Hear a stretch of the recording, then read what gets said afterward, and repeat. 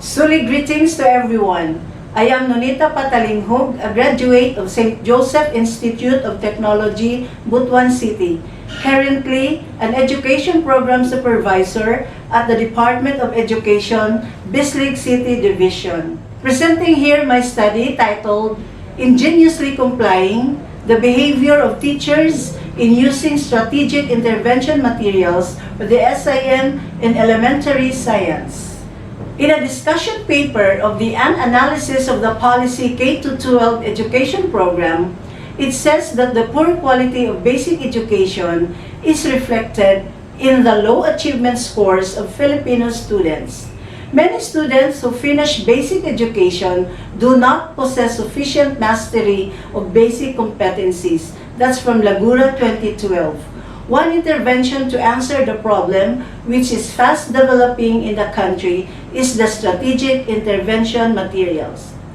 David of 2007 noted that a teacher is likely to have 3 to 5 students who are slow learners. So, it is very important that time must be spent to learn how to accommodate these students in classrooms. Jackson 2012 stressed that intervention materials improve the learning experiences of the pupils and emphasize on what the child can do and at the same time give the opportunity for growth and development. Helping students who are struggling in the class requires teachers to choose an appropriate time and strategy for the intervention. The research is concerned on what is going on when teachers use the strategic intervention material. It used the classical Barney G. Glasser's grounded theory GT methodological approach to generate a theory grounded on data on teachers' main concern and how they are trying to resolve such concern, which describes the preponderant behavior. Thus, this study is oriented towards theory building on the use of SIM. The researcher had to set theoretical ideas aside to allow a substantive theory to emerge. This means that the researcher did not look at existing literature. Since based on initial research, it was discovered that there was no attempt so far to generate theory on using the SIM. It was finally decided that the study used Glasserian grounded theory as its methodological model. The study has no pre-established framework, giving the researcher the chance to discover data and to generate her own theoretical framework. Data collection and analysis were done first, then the identification of the more theoretically focused research questions, the selection of theoretically related literatures followed. After the core behavior emerged and was discovered, and then the final title of the study was framed. All this occurring cyclically and inductively guided at all times by the data. The interviews were done exclusively in person, face-to-face, since this is an exploratory study on the pattern of experiences of teachers using SIM. The experiences of the participants will emerge freely that is relevant, that fits, and that works. The diagram describes the flow of the research procedures.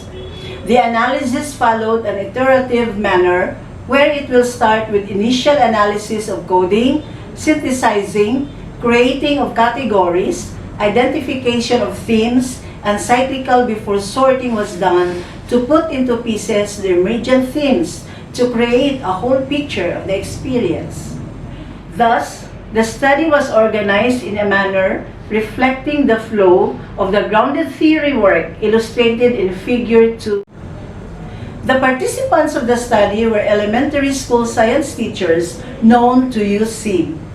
Groups were chosen as needed based on theoretical significance for the purpose of allowing categories to emerge from the data.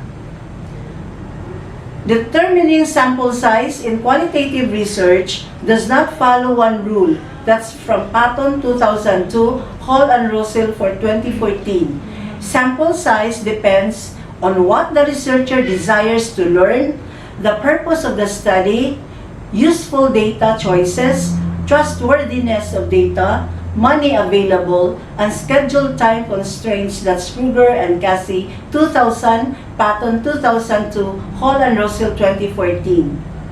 The research participants contributed appropriate data both in terms of relevance and depth. Therefore, a sample size of 13 teachers was used as a baseline and theoretical saturation was employed to determine the final sample size. The sample size increased to 21 as the study progressed and was ultimately finalized during the analysis phase. All interviews were recorded on a digital voice recorder and some were videotaped. Though classical grounded theory would not suggest, but for convenience, recording of the interview date was made.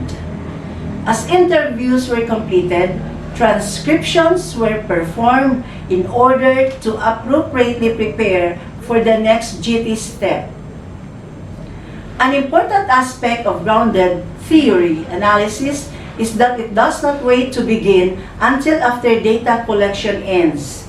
Memos were written along the way, recording thoughts, questions, relationships between interviews, specific themes that emerge, and references to concepts and themes in the literature, Giske and Artinian 2007. To facilitate this process, codes and their corresponding quotations were reviewed for similarities and relationships to create code families. Data enters the research in many ways. When saturation is reached, the researcher leaves the field. Based on the generated categories, the researcher is pointed towards specific bodies of knowledge within the literature. At the conclusion of this sequence, a theory is generated.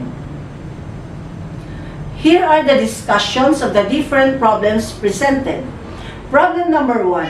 What is the process of using strategic intervention material as experienced by the teachers? The study discovered that using of the strategic intervention materials followed a cyclical pattern. It started with initial making, followed by its use of application, monitoring and observation, remaking or modification, and the process is a self-determining process, where teachers are allowed wide opportunity to maneuver in the whole making and using, remaking, and reusing of the same. In a schematic diagram, the factors that define the strategic intervention material are presented in illustration number 2. The illustration number 2 shows the factors defining the scene. The illustration suggests that the form and nature of the scene that a teacher will produce is dependent on the inherent and external factors. Theoretically speaking, teachers who are formally oriented on the scene tend to create a scene that is more based on the inherent form and the nature of a scene according to the mandate of the DepEd, as well as the demands and requirements of the institution where the teacher belongs. Illustration 3 below presents the factors affecting the use of the scene. For problem number 2, what is the main problem that the teacher experienced in using strategic intervention material? Teachers are faltering and fluctuating in the use of the scene. This is the main problem that confronts the teacher in the use of the SIM.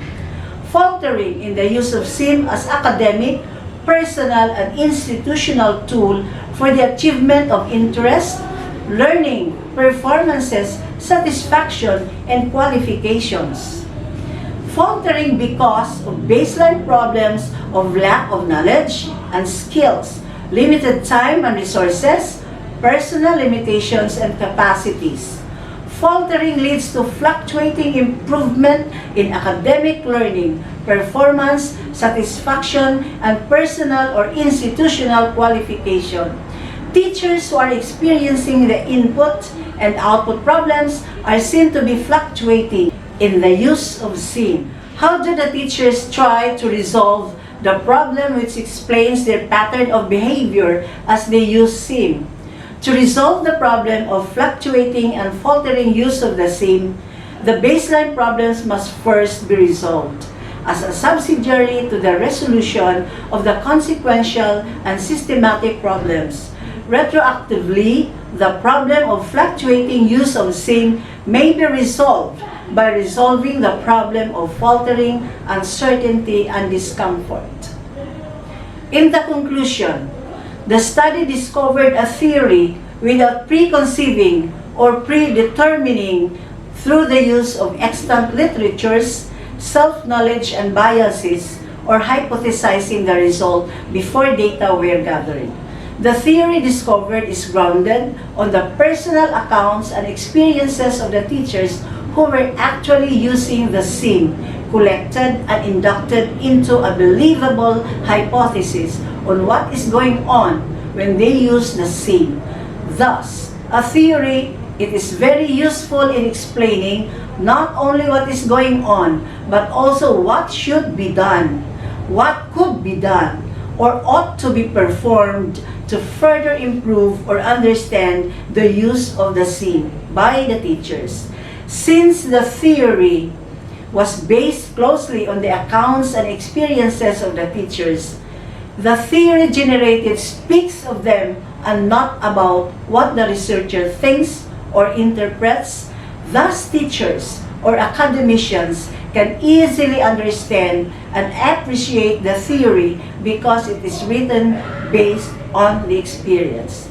The study discovered that teachers using the SIM are compliant of the mandate of the Department of Education to employ intervention materials for pupils in science subjects to easily understand and learn more about the subject. However, because of the different hindrances and challenges that confronted the teachers in the use of SIM, they innovated, created, and applied ingenious ways just to use the SIM because they thought that the SIM is useful and advantageous to the pupils and to them.